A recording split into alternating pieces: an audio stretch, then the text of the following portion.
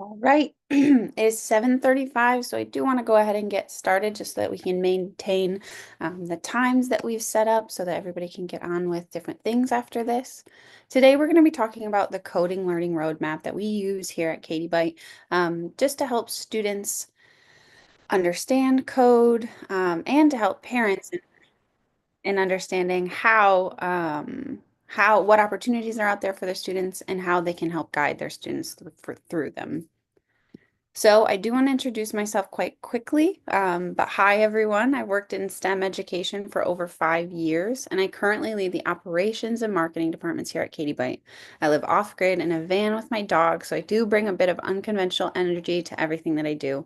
I'm really passionate about making tech education accessible, meaningful, and a little bit more human. So I'm really excited to share what we've learned about helping kids to be able to grow into confident and curious coders and students overall. In today's session, my goal is to help you understand how students can go from beginners to confident coders, whether their goals are real world skills, like I've seen some of you select, college prep, or even competitions. To accomplish this, we've kind of got four key points that we're going to focus on. The first is establishing interest. The second, developing your toolkit. The third, choosing a learning path. And the fourth, turning those plans into results. I want everybody to keep in mind that the steps aren't numbered and that at times they can happen in order, like establishing interest before leaping into a competition, but sometimes they'll happen at the same time as well. So your student will probably be developing their toolkit for the foreseeable future and even on into CS if they choose it as a major.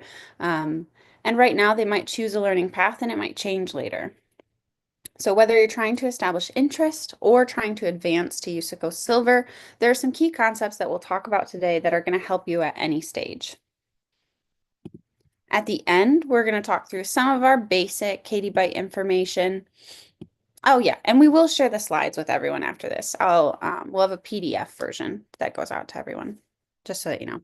Um, and at the end, we're going to talk through a few of our classes, our course schedule for the summer since it's a little bit different, and some frequently asked questions that we have from different parents.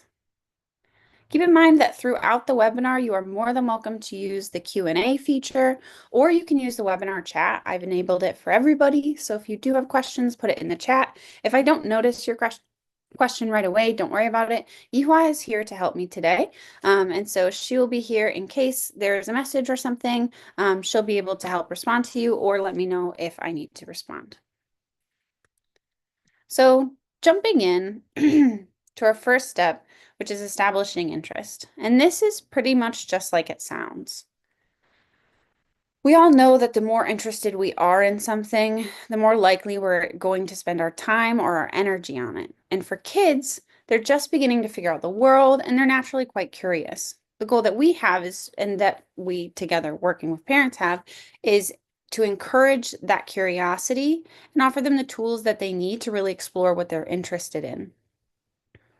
Establishing interest will serve to spark curiosity and intrinsic motivation, which is what we're really going for. The intrinsic motivation referring to a student engaging in an activity or a person engaging in an activity because it's inherently satisfying and enjoyable rather than for external rewards or pressures. Our goal at this stage is to encourage play and exposure to a lot of different concepts or different things they might be interested in, but not to add too much pressure.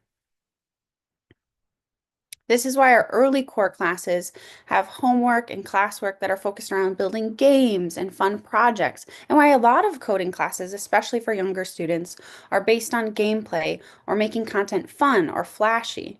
And there's a lot of benefit to that as long as students are also getting the foundational principles as well.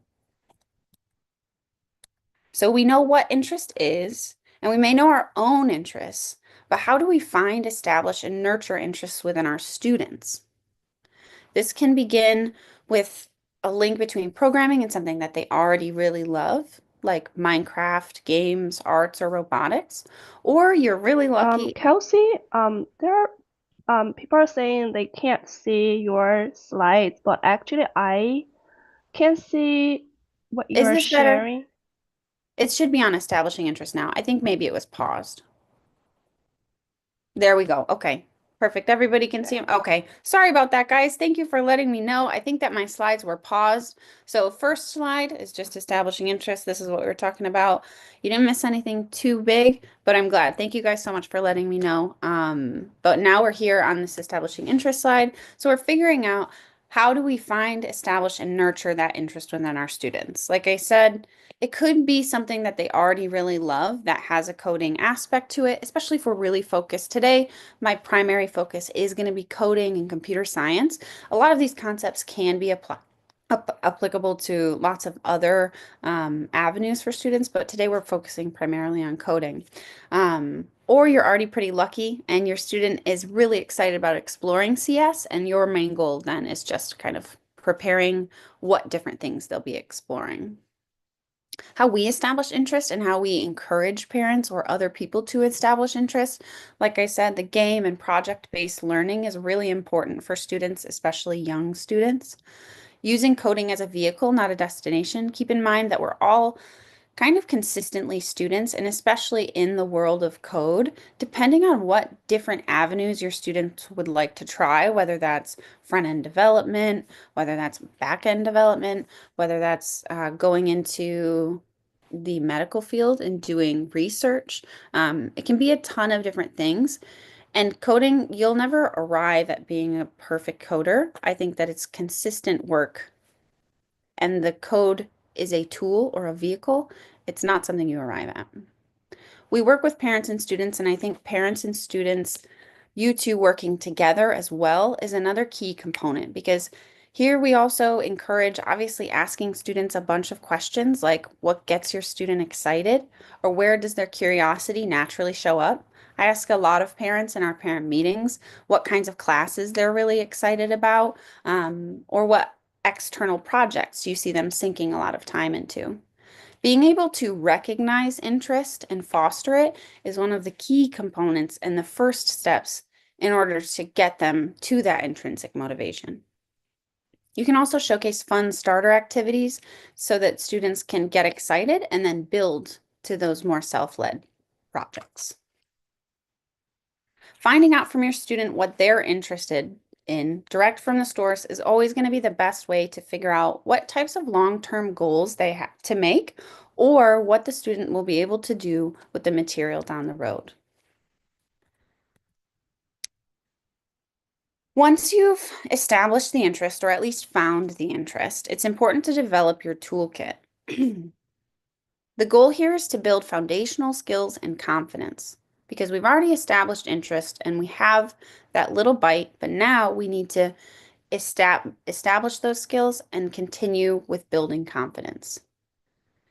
The goal here as well is for students to gain autonomy with coding, understand the structures of computation, and begin to take the lead on creating projects for themselves, others, or their communities. You should think of coding sort of like learning a language or an instrument. It takes time, but every step can build momentum. Our early lessons will generally focus on logic, sequencing, or syntax, and we utilize beginner-friendly environments, and you can always find quite beginner-friendly environments available all over. This can be anything from our Java blocks to Scratch, and then utilizing Python or Java. But the most important step in developing a toolkit is time. And that's something that we don't always have a ton of, but spending time on the material and practicing with the concepts are the only ways for students to actually develop a toolkit. Students at this age, anywhere from 7 to 18, aren't always going to be the best timekeepers or time managers.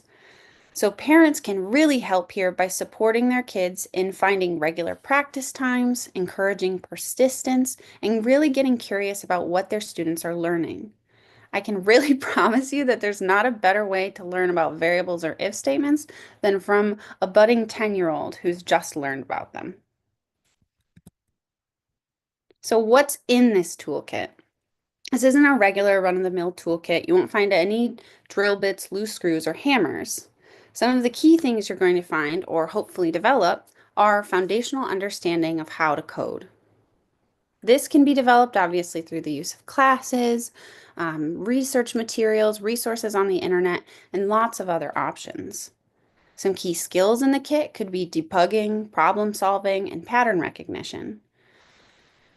And a big lesson that should be learned or will be learned is that mistakes are a large part of learning. And that's something that as parents, it's super helpful if you can reinforce because students participating is more important than students being correct. Keep in mind that developing this toolkit is going to take time, and each new topic a student learns is basically just another tool in their toolkit for a project, a problem, or any other purpose that they'd like to use it for. As your student is developing this toolkit and as you're as we'll talk about, developing the path for your student, you want to keep in mind that this is individual. So while it's really useful to and so helpful to have input, and we'll talk more about that later, keep in mind whether your goals are long range or short range, and make sure you're picking out the best tools that your student will need for whatever goals they may have. Coding is just a tool in computer science. This can help students solve algorithms, data structures, and logic, but being able to truly develop a skill also comes with having the goal in mind and preparing and moving toward the goal.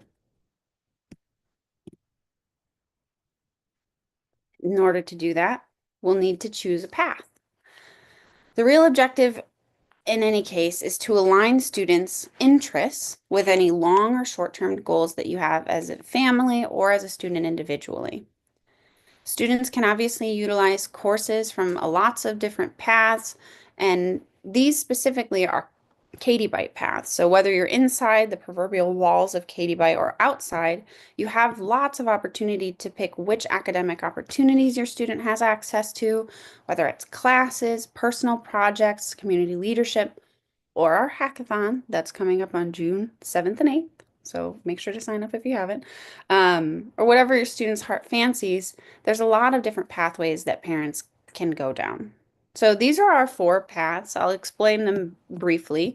The exploration path allows students a chance to explore the various applications or the various different areas of computer science in Katie Bite. This one, Jeff will take you through like generative art. It can use game design. Application track will take you through different things like software development, potentially, if that's something you're interested in. It could take you a little bit into competitions, but it's more focused on a broad smattering of different applications within computer science. The accelerated track is focused on mainly students who are looking to get to and through the AP Computer Science A exam. And the competition track is focused on those who really love to problem solve and they really want to compete. And I can totally assimilate with those individuals because I also love to compete in different areas, but I also love art and different applications in that area. So keep in mind that choosing a path doesn't mean that you're only going to pick that one path. It's just a way for us to organize and provide more information in a clear and cohesive way. So if you are a parent at Katie Bite and you haven't already selected a path, please do so.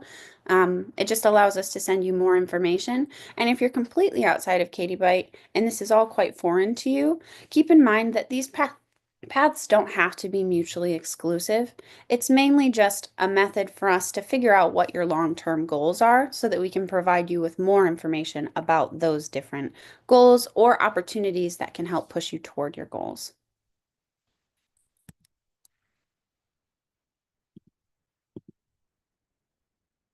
The last step, and it's broken down into 3 sort of subsections, is turning our plans into results or reality. This is where coding becomes a practice. Students can take on challenges, build projects, or even compete. It's basically the action step after choosing a path. We want to support students' growth, help them set long-term goals, and potentially build a portfolio down the line. The key requirements are staying informed, being able to understand opportunities, and leveraging your learning. We did just get a really good question. Does the teacher guide us how to progress at Katie Bite? And at Katie Bite, The answer is yes, as well as operations. So you have two sets of people who are here to help give you the most information as possible. Instructors at the end of each semester will provide you with a final recommendation for a class, and this will include all of the classes your student can take next. And this is where your pathway will come into play. If you've selected a path, the instructor can see that and then potentially select more electives or different classes that are hopefully gearing in the direction of your path, as well as operations. And then once you get that email, it will have links to all of the classes and you can choose from there. We'll also have feedback from previously in the semester, and they'll tell you what you're capable of moving on to, and it's kind of up to you to decide which class you'd like to move on to next.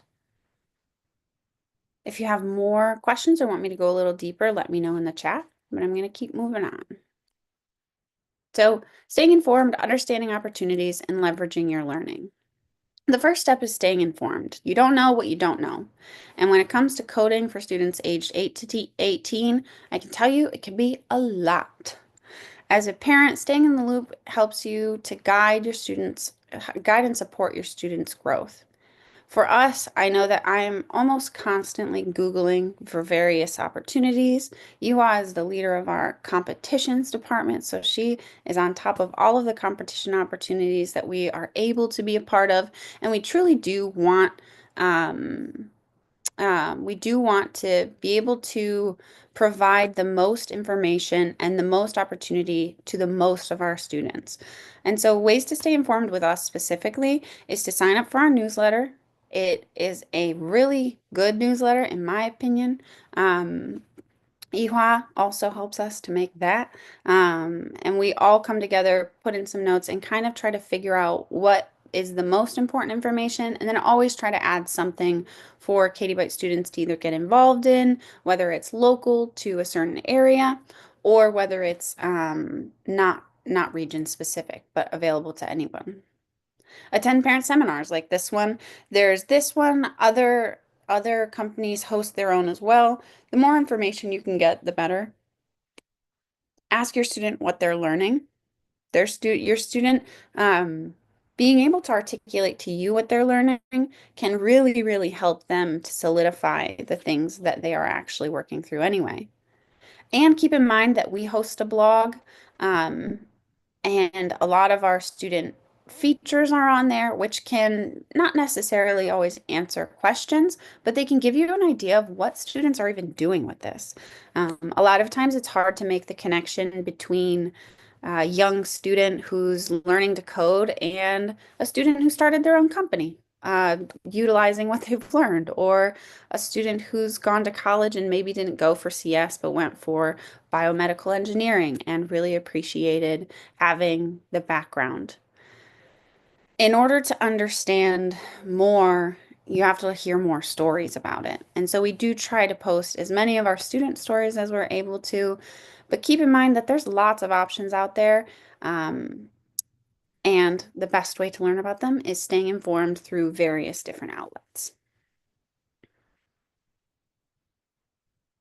as well as knowing what's out there and what your student is learning will allow you a better litmus for telling when your child is ready to level up, take on a new challenge, and be there to support them when it's time.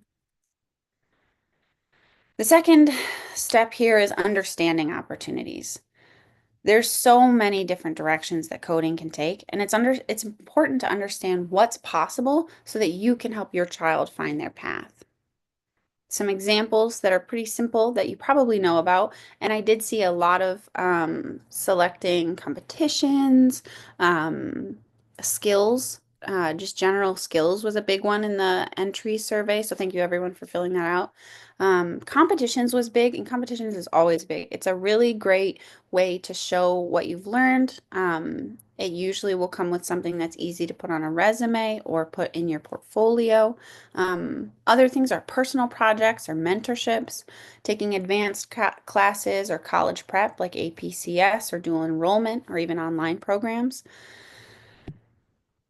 Even short-term experiences can help boost students' confidence.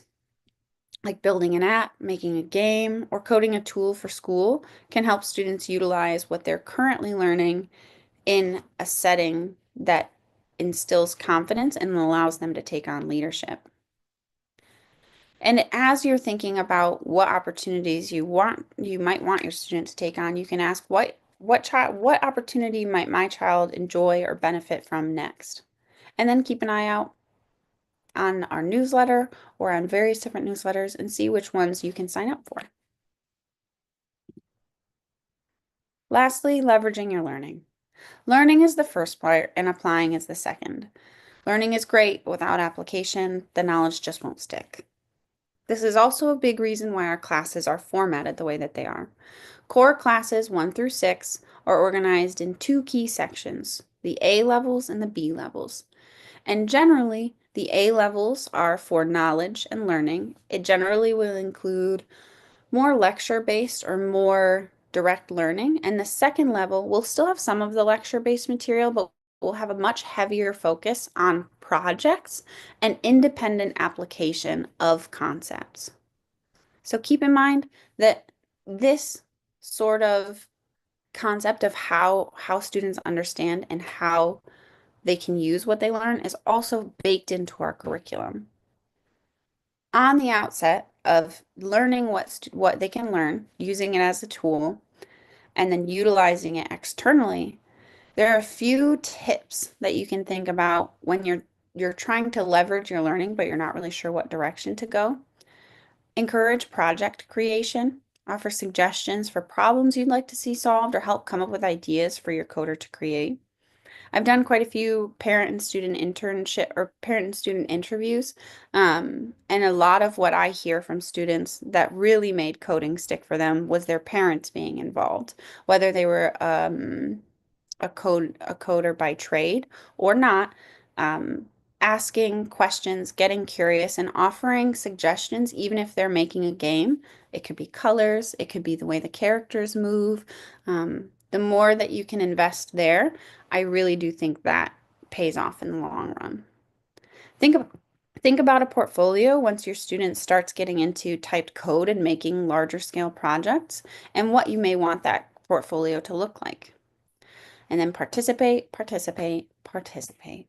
Learning is really great, but participation is what really will get students to the next level. The more that they're talking in class, the more that they're asking questions, the more that they're trying to give an answer, even if it's not necessarily the right answer, the more we see them move through and do really well with material. The real world application is going to be what builds confidence and allows for more independence. The portfolio, like I said, is a record of projects, competitions, or certifications. This is going to allow your student to quantify what they've done with code and what they have learned or what they are capable of doing. You can support your students as well by helping them reflect on what did I learn and what would I do differently next time if they're struggling with a game or if they didn't really love the last project they made. Remember that as parents, you guys are there to be cheerleaders, an accountability buddy, and a guide. Even when you might not understand the code, a lot of code has to do with logic, and that's something that a lot of us are able to help with. So I want to work into just a few of our Katie Byte FAQs. This will be mostly me reading because they are question and answers that I've already listed out here. But if you have questions that you'd like answered that I haven't already answered, please feel free to use the Q&A, or you can go ahead and use the webinar chat. But I'm going to go over these Q&A questions, and then I'll leave the floor open for about actually, we have one more section, and then I'll leave the floor open for about 5 minutes, and we'll go through any parent questions as well. So my child is brand new to coding. How do I know where to start? So obviously, in general, you want to start by sparking curiosity and establishing that interest. There's lots of different exploratory or beginner-friendly tools. There's Scratch. We teach a Scratch class. There's also Scratch is just open source. It's on the internet. You can use it. A placement or trial class can help us recommend the right level or path for students.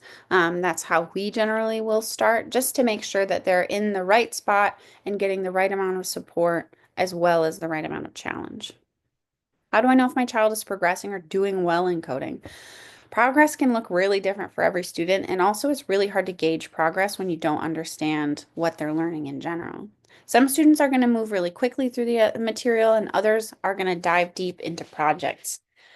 Increased independence, curiosity, and the ability to explain what they're working on can be some key indicators that your student is progressing and they are doing well. And keep in mind that at Katie Byte, a lot of times students will advance beyond the regular stages and already be doing advanced coursework at pretty young ages. So if your student's already taking class with us, they're already advanced and doing well. And if they are not doing well, then you'll get an email, we'll let you know, and we can always work to help make sure students are getting the support they needed. Should my child be doing competitions? This is a question I get all the time. Or what competitions? Or should we do USICO? Should we aim at USICO? Competitions are a fabulous option for students, but they have to enjoy challenges and enjoy problem solving. They're not for everyone. So we recommend them when students will feel confident with their core programming material and they'd like to go further. This just means that you have to have an established base. This is already after interest has been established and you've already been walking on the pathway to build that foundation in code so that you already have the tools. We don't want to send somebody into something unprepared because a lot of times that can cause a big hit to your confidence. So make sure that your students are excited about it. And if they're not super excited about it, you can always try lower level competitions to build interest or at least build some confidence before shooting for higher level competitions like USICO. What should a coding portfolio include? Anything your child's created, from small games to class projects, independent work, even screenshots of cool ideas. This portfolio can be very rudimentary, especially to start if you want to save the information. It can be just like a folder too, if most of what your student is doing is also comes with either a physical certificate or a PDF version of a certificate. A folder on a computer would work well as well. And then all of your students' projects will be saved on the Katie Byte website and they can access them pretty much whenever. As long as you keep your account, login and password, you can see the projects. How involved should I be as a parent? You don't need to know how to code. I can promise you that. The main role here is encouraging exploration, helping to celebrate milestones so that we can continue working together to really build. The more confidence and excitement there is around something, the more students will want to do it. And then you can help your child carve out the time and space they need to practice regularly and establish good homework habits. What are the long-term benefits of coding even if your child doesn't decide to become a software engineer? Coding can build critical thinking, creativity, persistence, and a lot of technical literacy. Obviously, with the tech world changing and flowing, AI is coming. What does that mean for things? In general, the core concepts that we teach are explaining to you how a computer thinks, and it really gives students a lot of fundamental skills on how to think and work through solving problems and understanding what the variables are. There's also a lot of links with math and other, as well as other courses in school. So keep in mind that even if your student isn't going to become a software engineer, there's still a lot of benefit that they can get from any level of coding education. Scheduling. The summer semester is going to start after our spring classes wrap up the week of June 20th. Our summer schedule is posted. I'll add a link into this before we send it out as a PDF, but you can just go to katiebyte.com/classes and use code KTSPRING25 for 20% off your spring enrollment. The formats for the summer are 18 lesson hours generally. The summer options are 2 times a week, 3 times a week, and 5 times a week. Not all of them will be offered for all classes, but that's in general the structure we tried to keep. There will be week-long core and robotics classes, as well as some 12 lesson hour classes closer to the end of the summer. I will open the floor for anybody who might have questions, comments, or concerns, and you can feel free to post them in the chat. Or if you'd prefer to speak, let us know in the chat and we can make it so that you can speak as well. But that's everything that I have for today. Thank you guys so much for listening and going through the material with me. If you want me to go back to any slides, just let me know. Otherwise, I saw that the exit poll was released. So if you are here, please take just a few minutes to fill out the exit poll before you hop off. Otherwise, thank you so much everyone for taking your time to spend it with us and talk a little bit about kids and coding and hopefully getting them excited about coding and providing them with great opportunities as well. So feel free to ask questions in the chat. Finish the exit poll if you haven't already. And if you've done that, then you can go ahead and hop off. Thank you so much. I think Virginia wants you to share like how to select a track for the Okay, kid. Yeah. from the parent profile. Yeah. Yeah, okay. Right, Virginia. Let me go to my parent profile and then I'll share my screen. And nobody's allowed to laugh at the names of my fake children, right?